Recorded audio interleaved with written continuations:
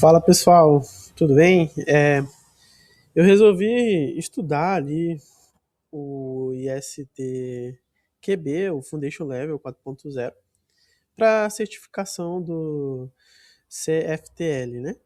E resolvi compartilhar os meus estudos, né, do Syllabus ali, que de repente pode ajudar na dúvida de alguém. Então, esse vídeo é uma parte desse processo de estudo até a certificação, porque quando a gente explica em voz alta, particularmente, né, o conteúdo fixa mais. Então, a ideia aqui é que a gente possa ser bastante didático mesmo, explicar para alguém como se estivesse começando agora, para que você possa aprender e que eu também consiga fixar aquilo que realmente importa. Então hoje eu sou o QA, analista de QA sênior, também sou formado em engenharia de software e me chamo Lucas, né? Tenho 25 anos de idade, vou estar compartilhando esse conteúdo aí, seja para você que já trabalha na área de qualidade, seja para você que é dev, ou até mesmo você que é um PO aí que está migrando para a área, esse vídeo também vai fazer sentido. Então, a primeira coisa importante é que esse syllabus, né, ele não é simplesmente um PDF para estudar. O syllabus, ele é um documento oficial que vai definir justamente o que cai na prova do ISTQB. Então, é a partir dele que essas provas elas não são criadas. Então, a gente precisa estudar esse PDF mesmo. O curso são montados e todo o conteúdo é padronizado através dessa base. Então, depois que eu aprendi isso, eu parei de estudar conteúdo aleatório aí na internet. E o ISTQB, ele não é pensado só para quem tem cargo de QA, ele é feito para qualquer pessoa envolvida no desenvolvimento de software. E isso vai incluir testadores, analistas, engenheiros, gerentes, desenvolvedores, líder de produto e até mesmo diretores aí da área de TI. Então, o objetivo é justamente criar essa linguagem comum dentro dos times para que todos possam entender um pouco mais profundamente sobre qualidade. E o interessante de falar sobre isso é que o ISTQB ele não é só uma certificação isolada. Na verdade, ele é como se fosse um esquema de certificação. Aí você tem uma trilha de carreira nessa certificação. Você começa lá no Foundation, que é a que eu viso alcançar, que é a base. Depois pode ir para Advanced, Expert, Especialista, Agile. Mas o mais importante é que se você não entende bem o foundation, os fundamentos, os outros níveis vão ficar muito difíceis e não vai ser possível alcançar. E aí, esse nível aqui, primeiro, ele não é pesado, ele é conceitual e ele cai bastante em provas e em entrevistas também. Então, aqui é onde o Syllabus ele conecta, que é o teste de negócio. Então, o teste ele não existe só para achar o bug. O teste ele serve para reduzir o risco, ele teste para apoiar decisões, ele serve para aumentar a confiança do produto, né, principalmente dos stakeholders aí. Então, quando a gente testa, a gente ajuda alguém a decidir. E isso pode ir para a produção, ou se isso pode ou não ir para a produção. Então, esse slide ele que estou apresentando no momento, ele muda muito a forma como a gente também se posiciona, se você é profissional da qualidade, como a gente se posiciona como QA. E aqui fica uma coisa muito importante, né, estudando o Syllabus, que eu percebi, que a prova ela tem níveis de complexidade, que são esses níveis cognitivos, né? Então, ele é dividido em três, o K1, o K2 e o K3. O K1, ele vem justamente para lembrar, que é quando a questão pede uma definição direta. O K2 é quando a questão ele precisa que você entenda, então você vai comparar e explicar com as suas palavras, nesse sentido. E o K3 é justamente a aplicação, é quando você vê um cenário e na prova você precisa decidir o que fazer aí. E aí uma dica de estudo que me ajudou bastante. Se você só decorar a definição, consequentemente você vai aprender errar a questão de K2 e K3, porque realmente nós precisamos aprender e fixar aquilo que foi aprendido. Então, o Syllabus completo ele é bastante robusto, ele tem quase 19 horas de conteúdo. Então, o capítulo 1 é literalmente a base de tudo. E aqui entram os conceitos que vão se repetir durante todo o resto do material. E um ponto importante é que se você não entende bem o capítulo 1, o resto vai virar pura decoreba e logo o conhecimento não vai ser aproveitado. Mas, beleza, vamos lá para o capítulo 1. O que é o teste, então? Muita gente acha que testar é só executar o sistema e tá tudo certo. Mas, segundo aqui o Syllabus, né, e a gente precisa dessas definições, o teste ele é um conjunto de atividades. E esse conjunto de atividades ele vai incluir planejar, analisar, modelar, executar e monitorar mesmo. Ou seja, o teste ele começa muito antes de rodar qualquer coisa. Então, a gente precisa analisar o requisito e também testar, né? Porque analisar o requisito também é testar. E aqui vai algumas distinções clássicas que precisa ficar claro para que a gente possa fazer uma boa prova. Por exemplo, a verificação ela vai responder: será que nós estamos construindo um produto corretamente? Enquanto a validação ela vai responder: estamos construindo um produto certo? Então, precisa ficar claro a diferença entre verificação, né, e validação. A verificação vem justamente para garantir que o sistema atende os requisitos especificados, e a validação vem justamente para que a gente possa checar, verificar mesmo se a gente atendeu às necessidades do usuário. Porque o sistema, ele pode seguir o requisito, mas esse requisito ele pode ainda assim estar errado. Então, quais são os objetivos do teste, então? O objetivo dos testes são 3 principais. Primeiro, detectar as falhas, para que essas falhas não possam chegar até o usuário. Segundo, verificar se os requisitos funcionais e não funcionais eles foram atendidos. E o terceiro, gerar também confiança para a tomada de decisão. Né? Então aí fica o recado, que o teste ele não vai garantir qualidade, mas ele vai informar sobre a qualidade dela. Vai informar sobre essa qualidade, né? Então, o que é também teste e qual é a diferença de depuração? Simples e ponto. O Syllabus ele vai dizer que o teste e depuração eles não são a mesma coisa, porque o teste ele visa encontrar a falha e a depuração encontra e remove o defeito. Normalmente quem testa não é quem corrige, porque tem toda aquela questão de viés que nós já conhecemos. E isso cai em bastante perguntas conceituais na prova, se você parar para ler um simulado, por exemplo. Então, por que testar é necessário, né?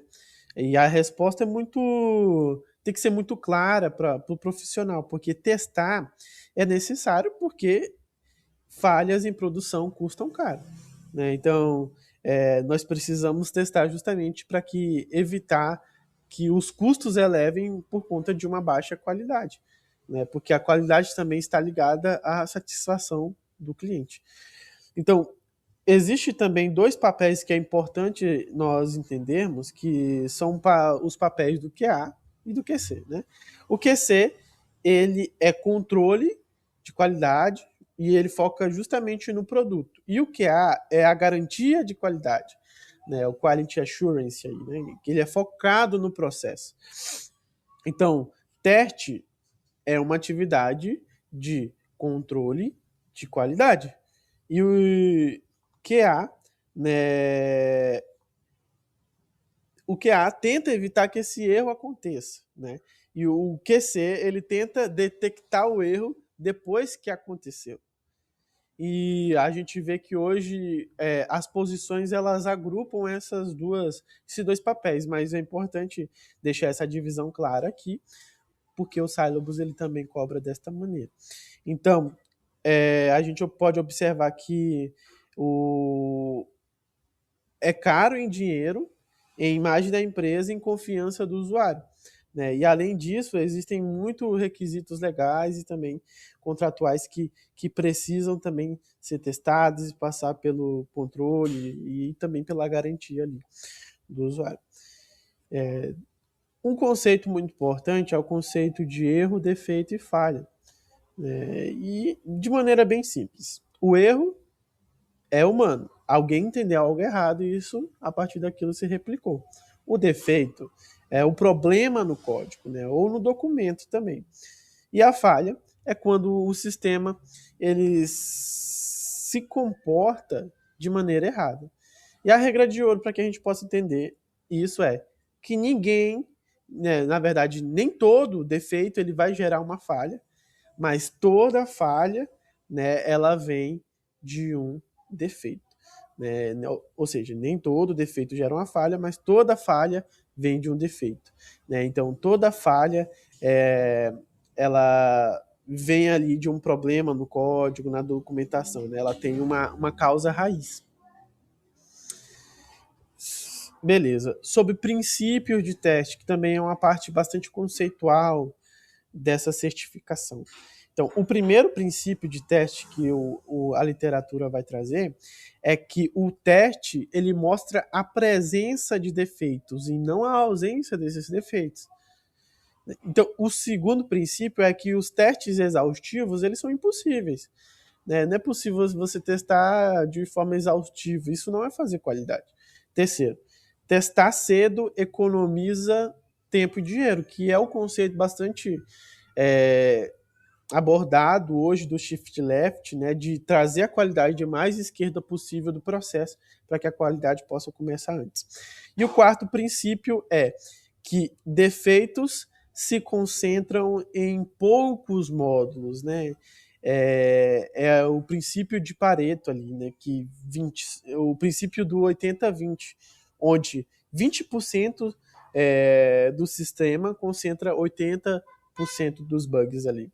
Então, a grande parte dos defeitos eles são sempre originados de uma causa raiz, né?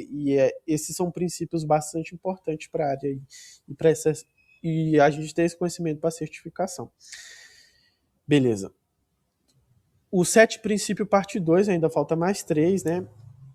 O restante dos princípios ali é o paradoxo do pesticida, né? Porque testes repetidos, eles param de achar defeitos. Então, a gente tem esse princípio aí, né, que os testes eles precisam ser atualizados, justamente para que eles possam encontrar defeitos novos.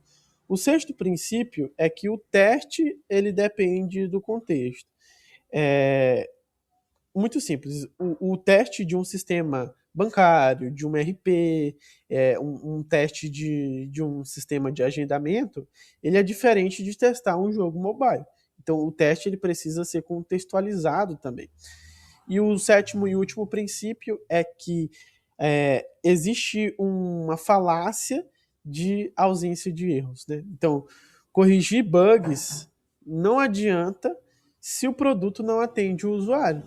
Então, corrigir esses defeitos ele não ajuda se o sistema ele não está atendendo às necessidades do negócio, do usuário, que é a validação ali, quando a gente falou de verificação e validação. Né? Certo. O Syllabus ele também vai trazer, de maneira resumida, sobre o processo de teste.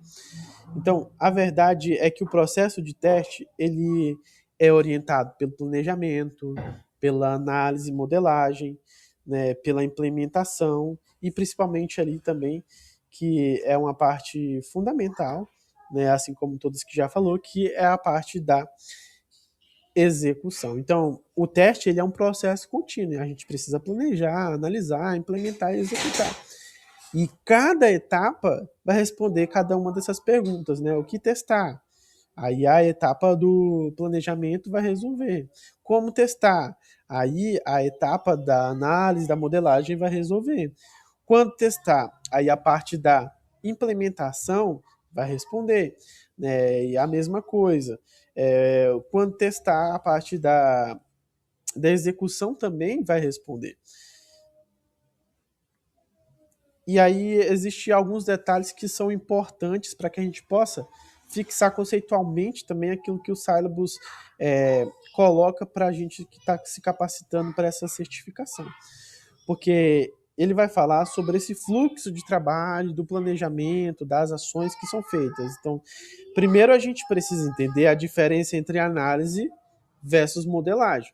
Porque na análise, você vai responder o que testar. Então, você olha para os requisitos, identifica os pontos críticos, né, e consegue fazer essa análise. Já na modelagem, você vai responder o como testar. E aqui você pode escrever o passo a passo, os seus casos de teste mesmo, e preparar todo ali as informações de dados que você vai precisar usar. Já na implementação, né, a gente também tem essa diferença da implementação versus a execução. Na implementação, você vai preparar o terreno, então você vai criar os scripts, se você está em um projeto automatizado ali, e vai checar se o ambiente está funcionando e pronto para teste. Diferentemente da execução, que é basicamente o mão na massa ali, o show vai acontecer, você vai rodar esses testes e vai comparar se o sistema ele está realizando o que realmente era esperado, né? Se tem algo errado. E aí, se realmente houver algo errado, você vai abrir aquele famoso, o chamado bug, né? Que ele vem por consequência de um comportamento que não é esperado de acordo com os critérios de aceitação do requisito ali que você pegou para planejar.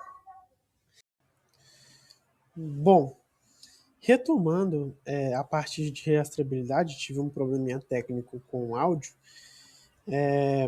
Justamente nessa parte de rastreabilidade e testware, a gente precisa entender como é que a gente consegue organizar essa bagunça, né, e provar que realmente os nossos testes foram feitos.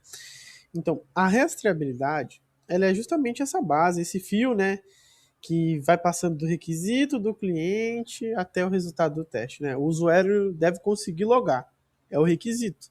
E a comprovação de que ele consegue logar é o resultado desse teste. Por que isso importa? Simplesmente porque se o requisito mudar, a gente sabe exatamente quais testes a gente precisa atualizar, né? Ou seja, a gente analisa o impacto dessas mudanças.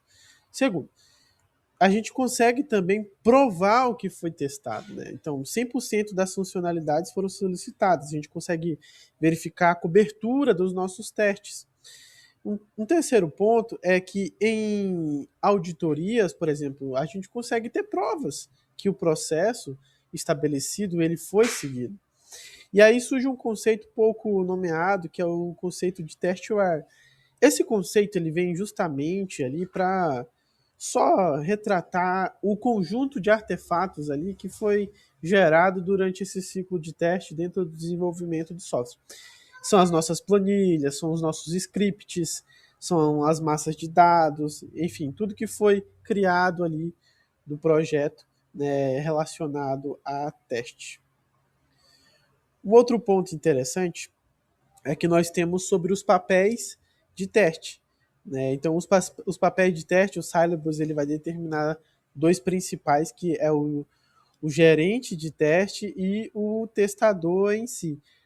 O gerente de teste ele tem essa responsabilidade, principalmente a nível de hierarquia, de gerenciar, definir estratégia junto com o time, fazer o monitoramento, fazer todo aquele papel de controle, né, para que as coisas possam ter início, meio e fim.